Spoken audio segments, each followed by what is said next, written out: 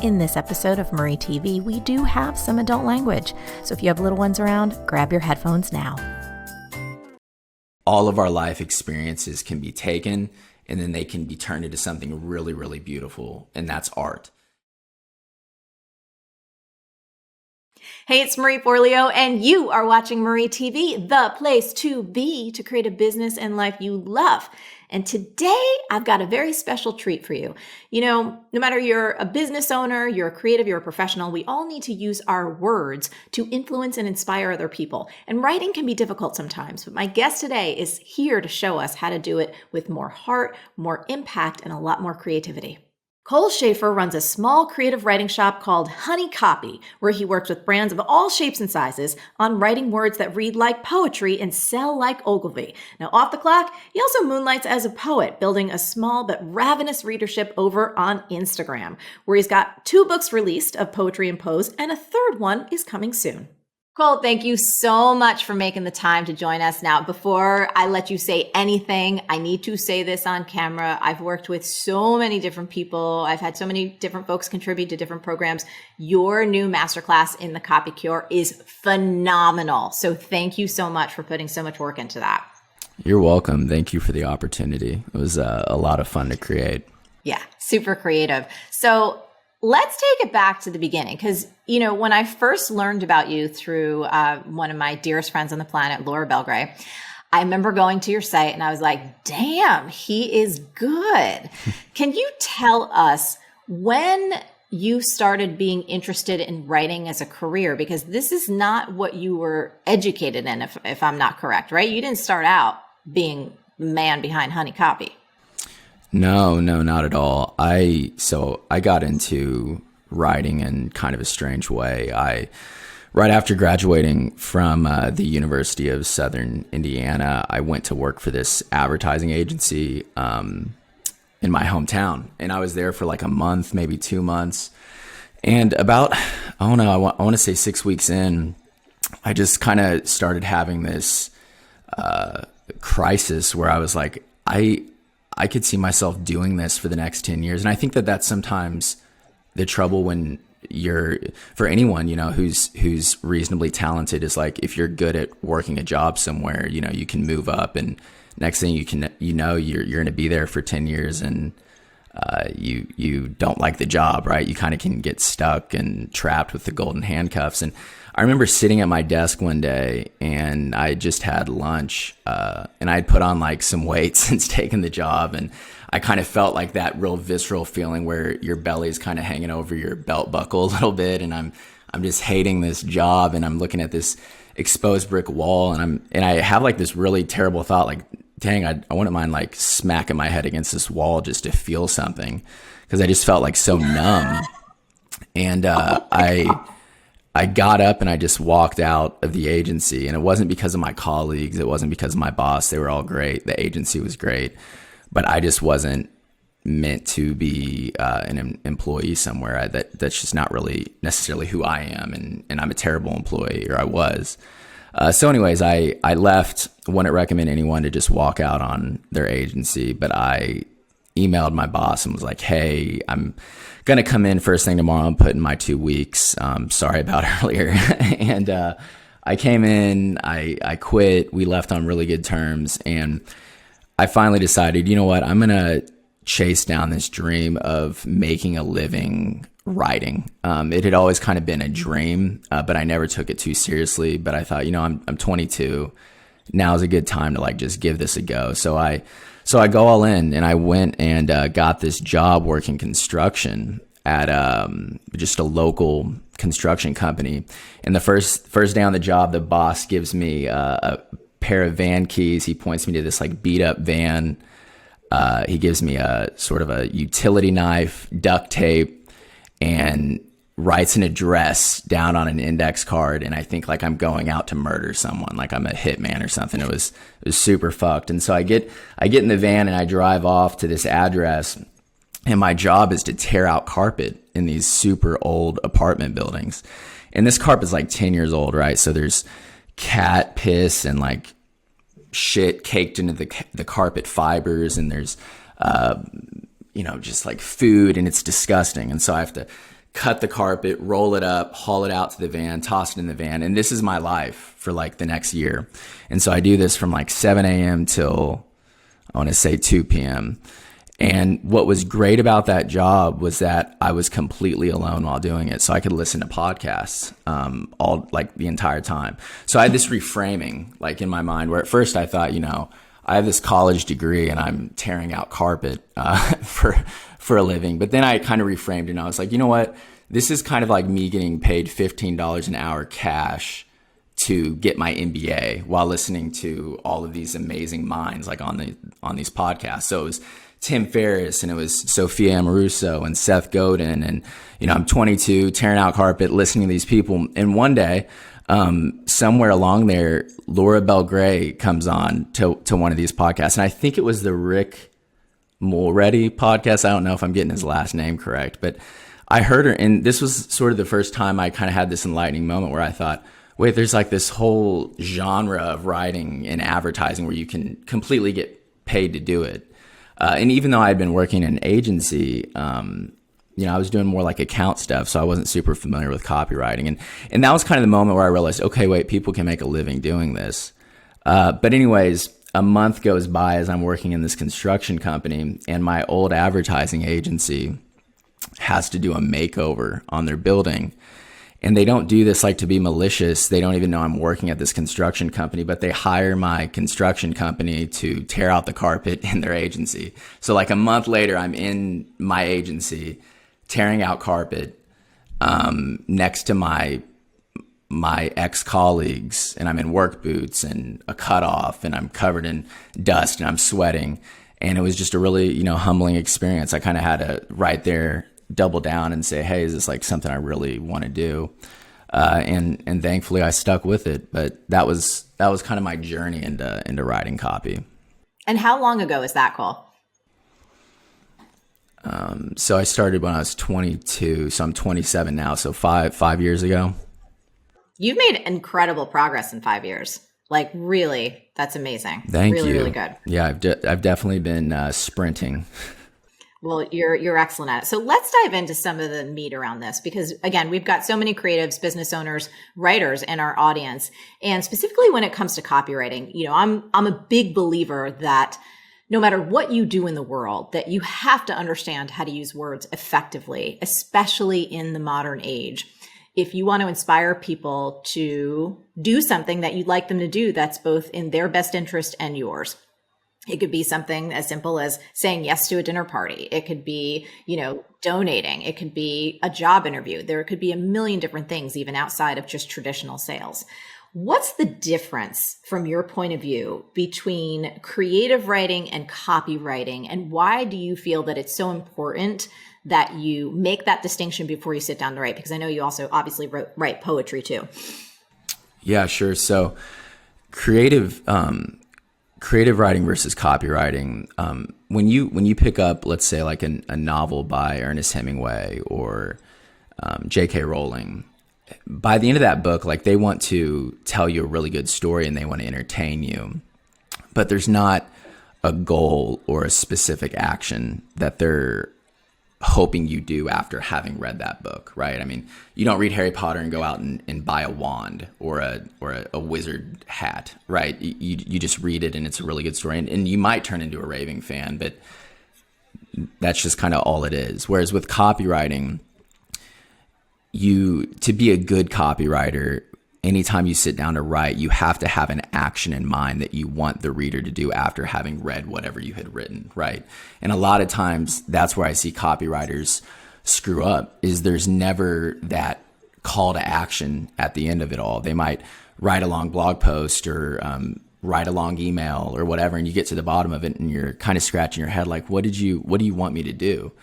Yep. So as a copywriter, anytime you sit down, you have to, before you write anything, you have to ask yourself, what is it I want this person to do after reading this? Do I want them to subscribe to my newsletter? Do I want them to buy my product or service? Do I want them to leave a review on my podcast?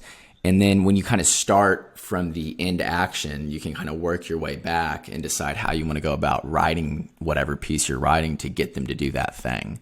So copywriting is action, whereas writing, I think, is more so sharing ideas and stories and entertainment.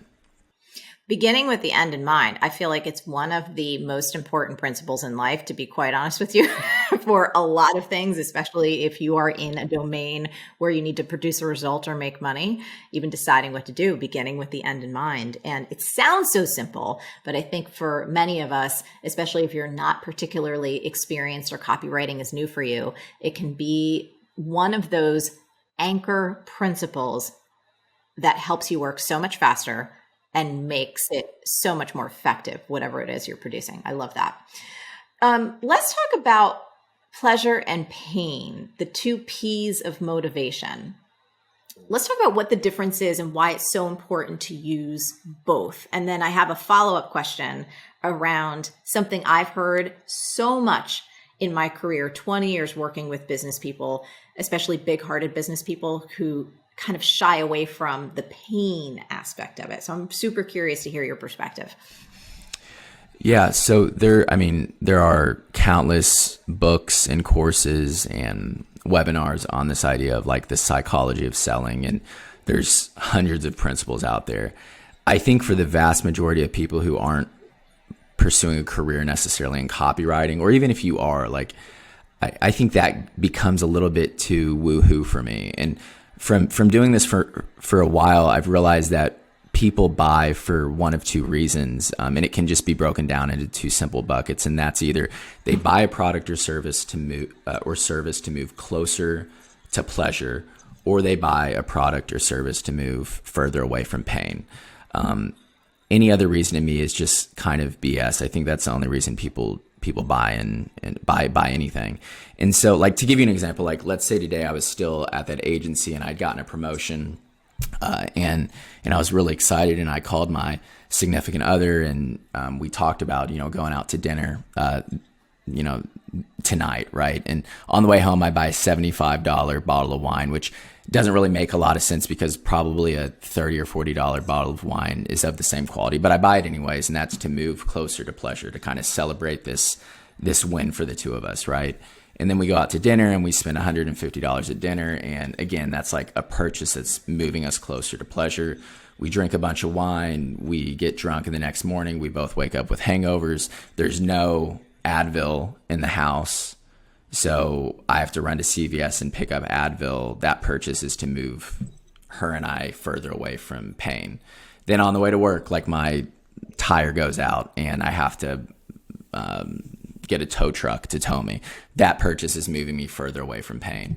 And I've just found that almost every single product or service I've seen falls into one of those two buckets. And sometimes, like, you're really lucky and you have a product or service that falls into both of them, right? And I think that's the best of both worlds. But it seems like marketers tend to like to market towards the pleasure. But if you can market in such a way where you can tell people you have a solution that moves them further away from pain, that can be extremely effective. And it doesn't always have to be salesy and hacky. I'll give you an example in my own life. I use FreshBooks because I'm a freelancer, and about a year into freelancing, I just realized I'm spending so much time whipping up invoices and sending them out, and then following up with people.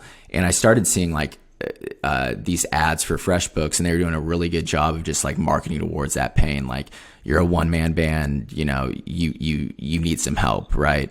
How many hours are you spending just trying to get paid? Like, what's your hour worth? And they did a really good job of marketing strictly towards this pain point, and I've been using them ever since. So I think as long as you fall into one of those buckets, like, it's worth trying to market to either or. I feel like it's such a demonstration too of empathy and compassion, because every human being on the planet has pain. Every human being on the planet gets frustrated. And one of the things I often like to express to people is, you're not being a fear-mongerer or being manipulative in some type of negative way to tell the truth about the pain or the frustration that is actually present in someone's life. They actually feel seen. Like, when you were describing that feeling of being a one-man band, right? And going like, oh my God, like how much time am I wasting with all these invoices all over the place? And their copy spoke directly into a conversation that you probably had in your head 50 times before signing up for FreshBooks. Mm-hmm. And so I just think it's one of the most effective things possible. There's this example that I've talked about. I remember when I first got my puppy, the vet was like, oh, you should really get this flea shampoo that prevents your puppy from getting fleas. I'm like, my puppy's not going to get fleas. I'm not hanging out with any other puppies. Like there's no place. And then once you know it, at the beach, my puppy got some fleas and I got real motivated to get that shampoo because I was in extraordinary pain and pain is one of the biggest motivators. But I love those examples and thank you for sharing that. I think it's probably a useful exercise, right? For everyone listening, no matter what you are looking to market, whatever you're writing about for yourself or your business, it would be a great exercise to just make a list. What's all the pleasure that this particular prospect may want to move towards? And what's all the pain that they might have in their life right now? Would you agree? Yeah, I agree. And I also think, like, to your point, it's unrealistic to think like we're going to live lives that are strictly pleasurable, right? So if you are a brand that says, hey, I'm never going to market towards someone's pain points, I just feel like it's unrealistic. I recently adopted a 9-month-old pit bull. Her name's June, and it has been such an eye-opening experience. And I'm just astonished at how, like, I'll go to the vet and cough up a $400 or $500 vet bill, and I'm not really thinking twice about it. And whereas, like, if I were to go out and spend that on myself, it'd have to be like a pretty legitimate purchase. Whereas with her, I don't even think twice about it, but it's strictly because, like, I'm moving myself and her further away from pain, and that was probably like the flea thing, and so, yeah, I agree with you completely. Like it just doesn't make sense to only market towards pleasure. You'd be missing out on like half of life's issues, Yep. So in your Copy Cure Masterclass, which again is friggin' awesome, I love how you went deep around this idea of hook sentences. Can you tell us what a hook sentence is and why it is so vital to remember when you want to write effective copy?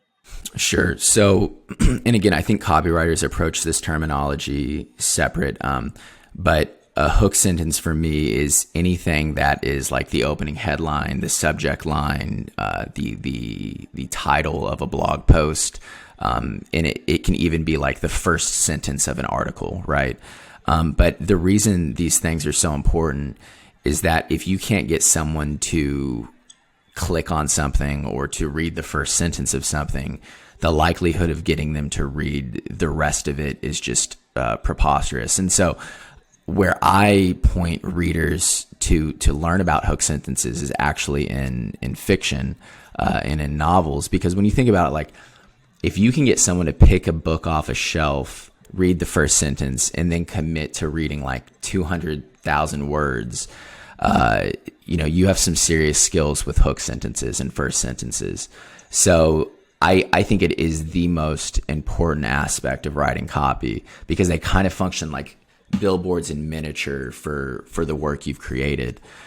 So I definitely have gone about curating them, but and I can share some of those. But before I get into that, one thing I just wanted to say was kind of how people should be approaching writing these. And so I recommend people do sort of the 20% rule. And so if you're going to spend 5 hours writing a sales page, I think that an hour of those 5 hours needs to be spent writing the headlines of that sales page, essentially like that hook sentence that brings the reader into the actual work. And so set a timer, and like, let's just say it's an hour, and you just start trying to write down as many headlines as you possibly can.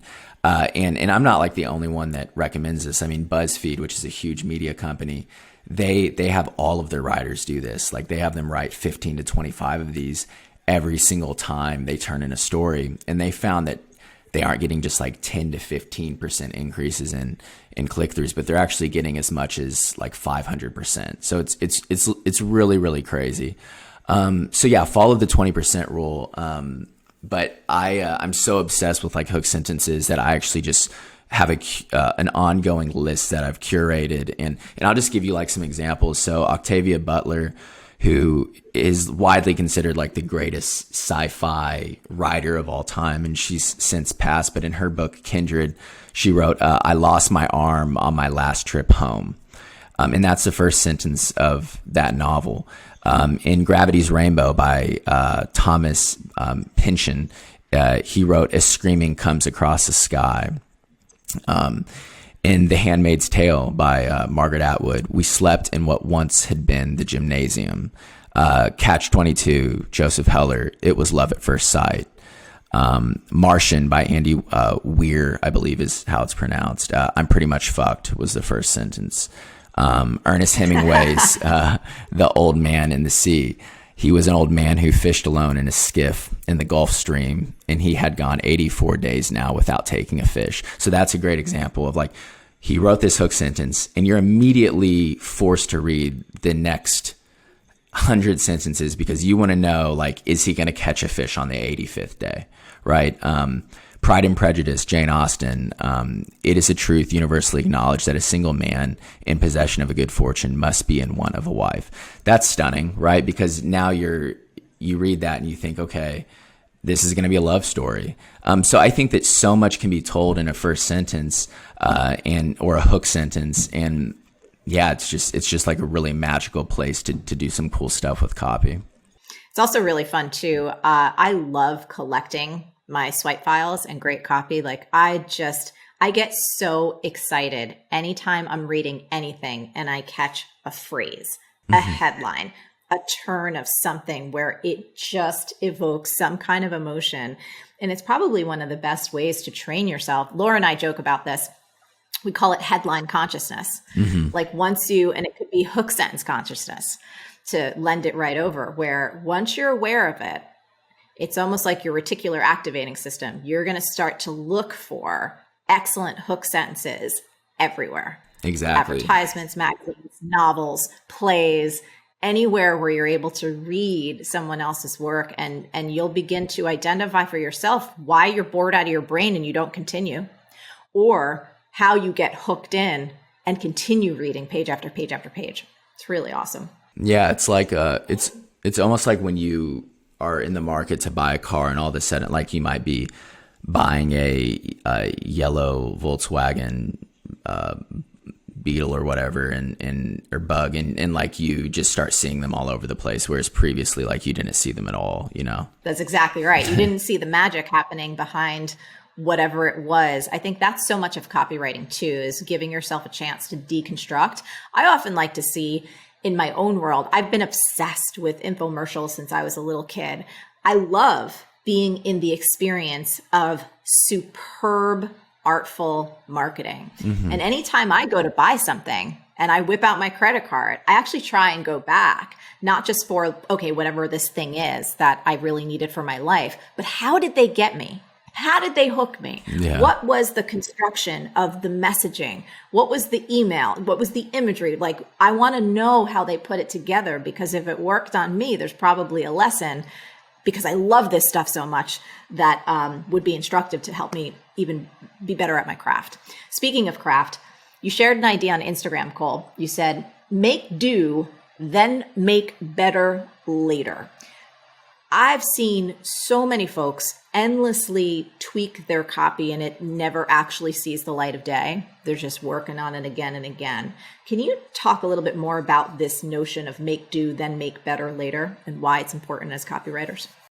Sure. So I think not just for copywriters, but really anyone pursuing any sort of creative endeavor, and Ira Glass has touched on this before, but you get into that creative medium because you have really, really good taste, right? Before I ever knew how to write, I had good taste. You know, I had read Hemingway and Steinbeck and Woolf and like some of these really amazing writers. And I found that when I was first starting to write, I was really discouraging myself because you read something by Hemingway and then you write your first short story or your first article or your first email, and the taste you have is for like level 10 out of 10 and your skill is at like level 1 out of 10. And I think for a lot of times these budding creatives and writers, they have that taste, and when they see they aren't matching it, they get really, really discouraged, because they are literally trying to be perfect. And so one thing that really like helped me with sort of this perfection paralysis is exactly the line you just said, is like make do and then make better. When I wrote my first book of poetry and prose, 1 Minute Please, I remember like taking forever to create a cover, and I was working with a designer and going through multiple revisions, and it was taking so long. And finally I just said, you know what, I'm just going to like settle for this one cover, because I didn't need a cover to like be hung up in a museum. I really just needed a cover to house my manuscript so I could put it out into the world and show myself that I was capable of writing a book. It didn't need to be a perfect cover. And a year later, I'm looking at it and it's sold pretty well. And now I'm like, oh my God, this is so pretentious. Like it's me on the cover, shirtless, and I look like an asshole, and I hate this cover.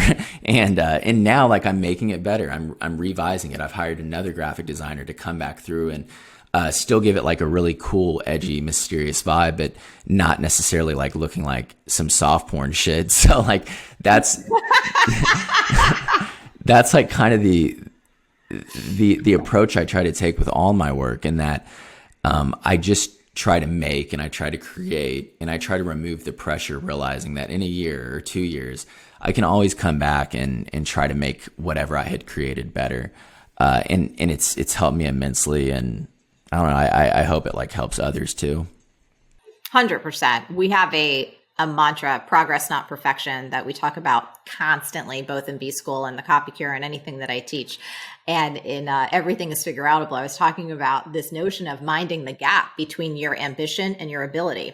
There's always going to be a gap there. And just for me, that notion, progress, not perfection, I think it's one of the best things about working in the ways that we work now, is the fact that, even the Copy Cure is a program, like we've evolved it since it first came out in 2015. We're in 2021 at the moment. It is so much better. And it was awesome to begin with, but it was like we learned so much and we saw so many new things from having people go through, like, oh, here's how we could help even more. Oh, wow, people are getting stuck here. Let's create this. Oh, let's have these other masterclasses. So I love that notion of just making do and then making it better later. Cole, you're fantastic. Is there anything that you want to say to creatives out there before we wrap up today?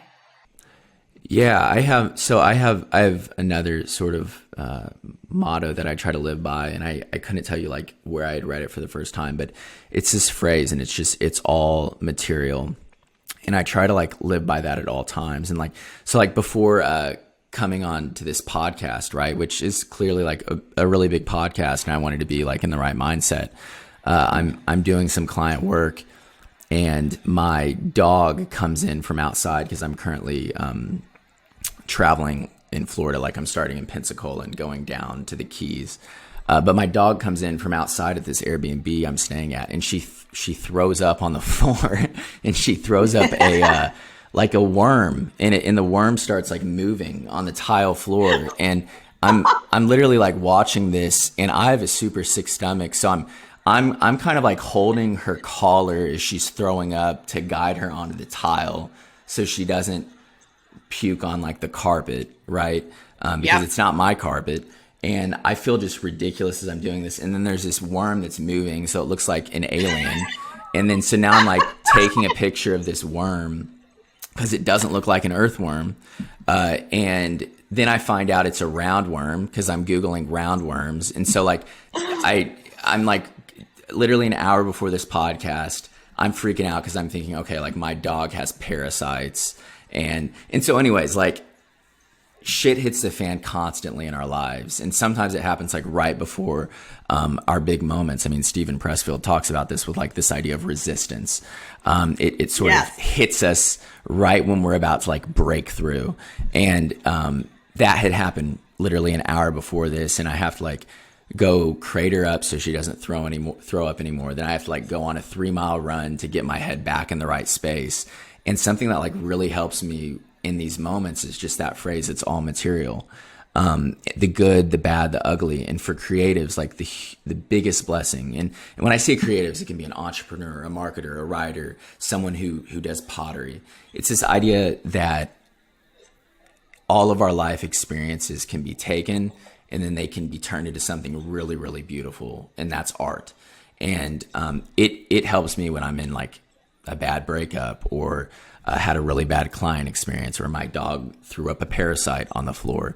It just makes me realize, okay, like if I can view this as an opportunity to recycle it into something beautiful, my day can suck a lot less when shit happens. So yeah, I would just say approach life with that concept of it's all material, the good, the bad, the ugly. Cole Schafer, you are fantastic. I am so honored that you are one of our masterclass teachers. You're wonderful. Thanks for taking the time today. I hope your pup, her stomach and her whole system gets good and well, and really appreciate you. Thank you. Isn't Cole amazing? I think he's wonderful. Now, Cole and I would love to hear from you. What's the biggest insight that you are taking away from today's episode? And most importantly, how are you going to put that insight into action in your business or in your life starting right now? As always, the best conversations happen over at the fantastic land of marieforleo.com. So head on over there and leave a comment now. And if you're not yet subscribed, you best become an MF Insider, because I send amazing emails every single Tuesday. And last but not least, if you want to learn more from Cole, myself, our other incredible masterclass teachers, you need to come join us in the Copy Cure. It is amazing. You can learn more at thecopycure.com. Now, until next time, stay on your game and keep going for your dreams, because the world really does need that very special gift that only you have. Thank you so much for tuning in, and I'll catch you next time.